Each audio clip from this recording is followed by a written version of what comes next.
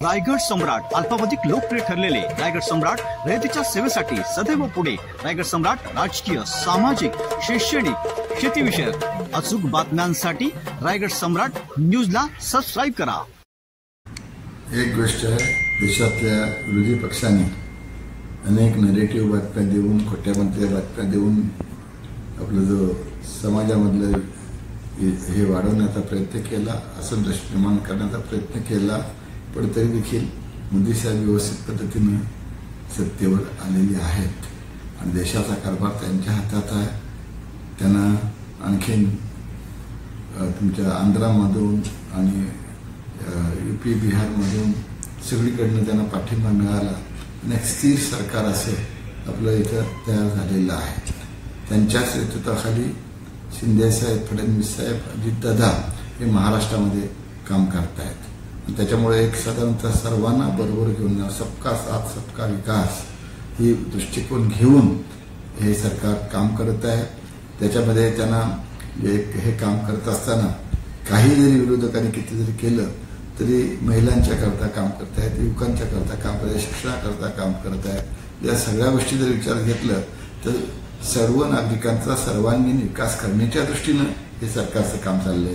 विविध अशा प्रकारचे आता आपला पनवेल सारखा विभाग जो आहे, प्रशांतदादा ठाकूर पनवेलचे आमदार आहेत, पनवेलच्या चारी बाजून विकास आलेला आहे। आता आजकाल थोडे बहुत खड्डे असतील, म्हणजे आपण 100% रस्ते झाले देशातल्या भागात, पण 95% रस्ते चांगले असून 5% खड्डे खुड्डे जरी असतील ते पावसाळ्यामुळे झालेले आहेत। पण मोठमोठे रस्ते जे विस्तृत अशा प्रकारचं सर्व त्यांचे जे दृष्टिकोन जो आहे त्या दृष्टिकोनाप्रमाणे एक मोठी अशी या विभागाचा विकास जो आहे तो प्रशांत ठाकूरच्या नेतृत्वात चालू आहे।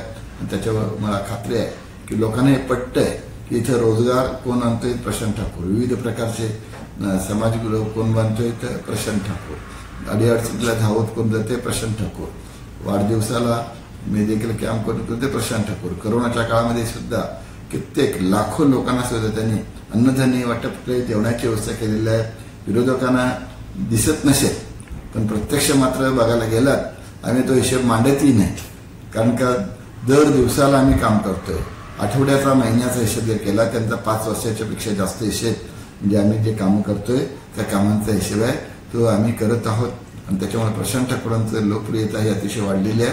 त्यामुळे पनवेलचं वातावरण प्रशांत ठाकूरच्या दृष्टीने अतिशय चांगलं झालेलं आहे। एक गोष्ट अशी आहे की प्राईम मिनिस्टर साहेब जे आहेत ना, तर त्यांचं एक या विभागावर जास्त जोर आहे। आता पनवेल जे छोटंसं रेल्वे स्टेशन होतं त्याचं मोठंसं जंक्शन झालं। अटल ब्रिज इथं आला मुंबईवरून, म्हणजे मुंबईचे जे सर्व जे काय तुमच्या मंत्रालयाकडे जाणारे रस्ते जे पॅक होत होते त्याचा वेगळा रस्ता काढून पनवेल विभागाला तो जोडला गेला। म्हणजे अशा आता अटल ब्रिज झाला, रेल्वे स्टेशन झालं, आता एअरपोर्ट येतोय, जागतिक स्तरावरती एअरपोर्ट हे येतोय। त्याच्यामुळं हे नवी मुंबई, रायगड, पनवेल हे आहे ना जगाशी जोडलं जाणार आहे। त्याला आता स्वर्गीय दिबा पाटील साहेबांचं दिबा पाटील आंतरराष्ट्रीय म्हणून नाव द्यायचं झालेलं आहे। हे सुद्धा राज्याचा ठराव शिंदे साहेबांनी केला, तो गेला। तिथले दोन्ही मंत्री आपल्याकडे समोर येऊन इथे येऊन सांगतायत की हो आम्ही हा ठराव पास करत आहोत। फक्त मार्च एप्रिलमध्ये ज्या वेळेला हे विमानतळ सुरू व्हायचं आहे त्याच्यापूर्वी आम्ही हे काम करू, पण त्याला प्रोसिजर जी असते ती प्रोसिजर पूर्ण व्हायची आहे। म्हणजे अशा प्रकारे लोकांच्याकडे त्यांचं ध्यान आहे आणि देशाच्या आणि या विभागाच्या दृष्टीने जास्तीत जास्त करता येईल त्याच्यातून। आणि म्हणून आम्ही आमचं भाग्य समजतो की पंतप्रधान आपल्या मतदारसंघात येत आहेत, जे विविध असे 10,000, 20,000, 30,000, 1-1 लाख लोक प्रोजेक्ट, कोटी रुपयाचे प्रोजेक्ट हे देतात असं आपल्याकडे येत आहेत। आणि प्रशांत ठाकूरांचा त्यांचा जीव आहे। बघायला गेलात तर मागं ज्या वेळेला त्या याचं भूमिपूजन जे होतं, JNPTचं उद्घाटन भूमिपूजन विमानतळाचं, त्यावेळेला प्रशांत ठाकूरांच्या खांद्यावर त्यांनी थाप मारलेली आहे आणि अगदी त्यांना सुद्धा जाता जाता त्यांच्या बरोबर फोटो काढलेला आहे।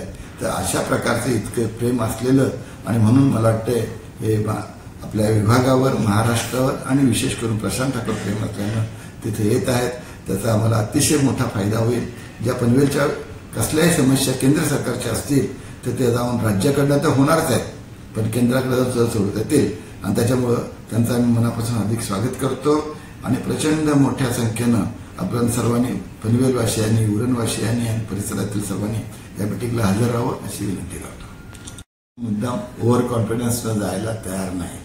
चांगलं झालं तुमच्या तोंडातून, तुम्ही ग्रामीण भागात राहता, अतिशय दुर्गम अशा भागात राहता आणि तुमचं निरीक्षण वर्तमानपत्र जे आहे, संघटनेचे तुम्ही काम करताय आणि त्याच्यामुळे तुमचं निरीक्षण जे आहे ना हे खरं निरीक्षण आहे.